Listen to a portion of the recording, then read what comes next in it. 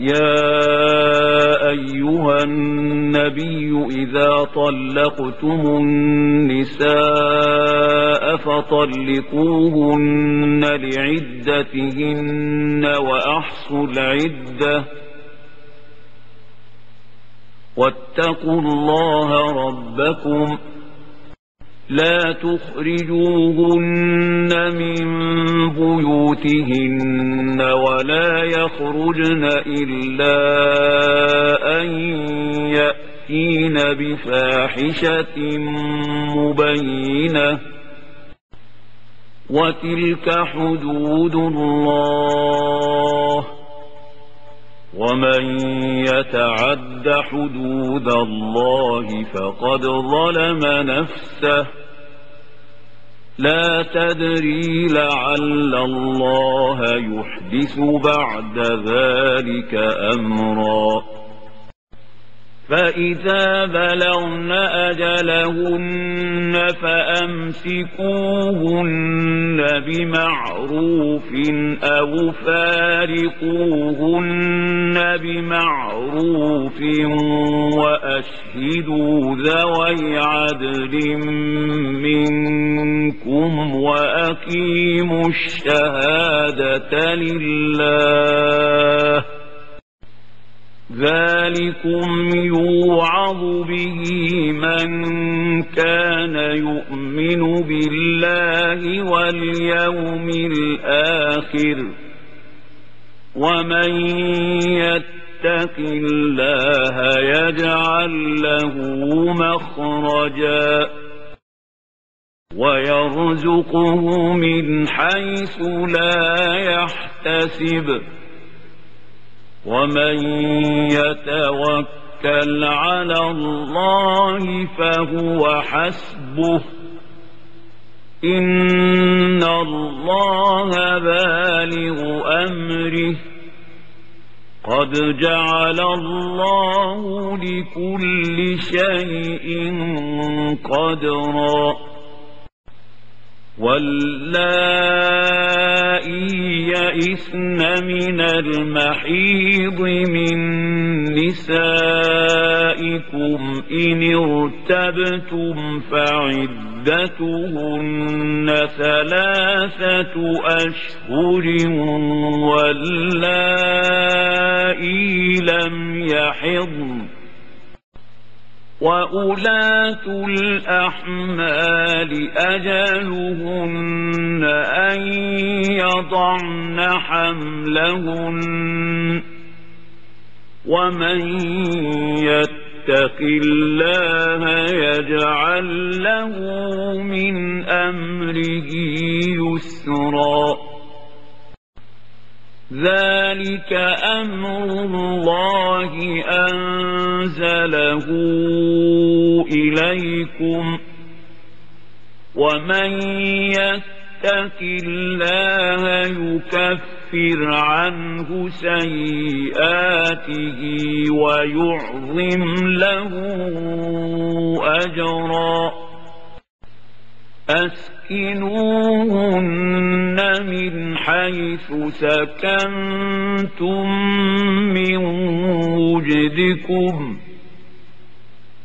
ولا تضاروهن لتضيقوا عليهن وإن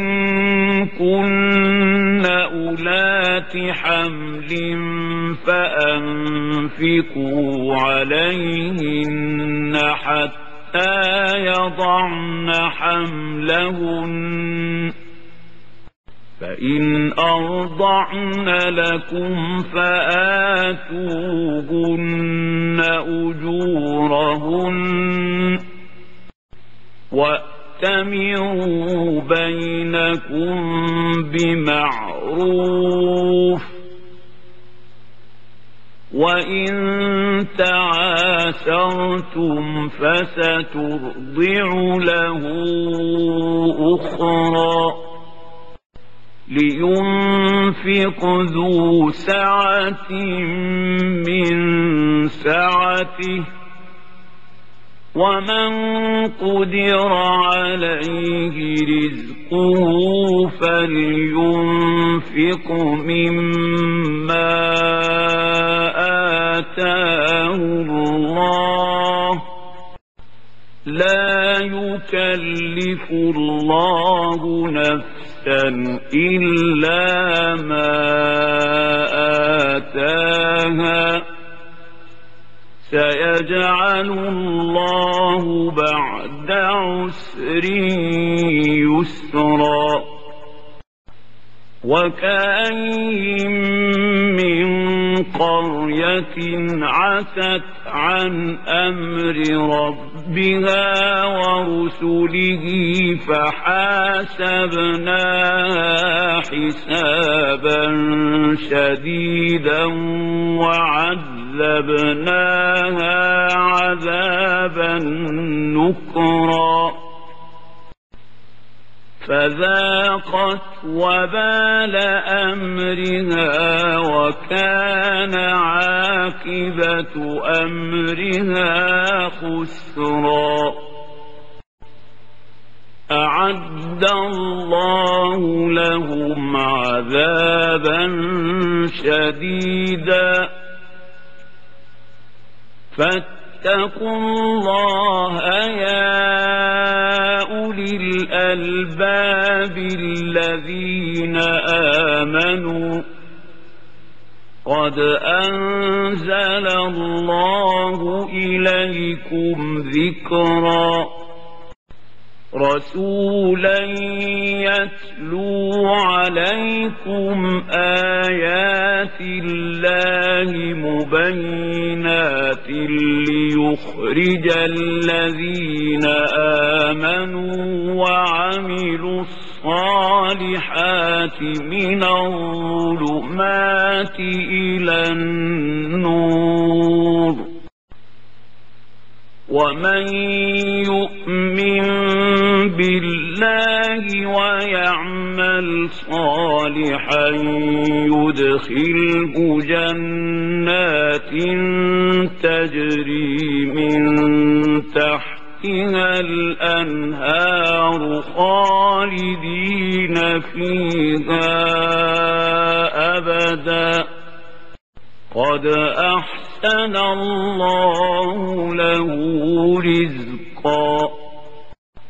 الله الذي خلق 7 سماوات ومن الأرض مثلهن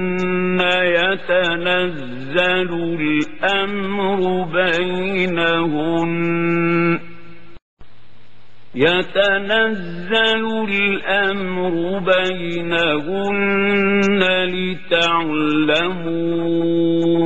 أن الله على كل شيء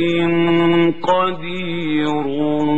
وأن الله قد أحاط بكل شيء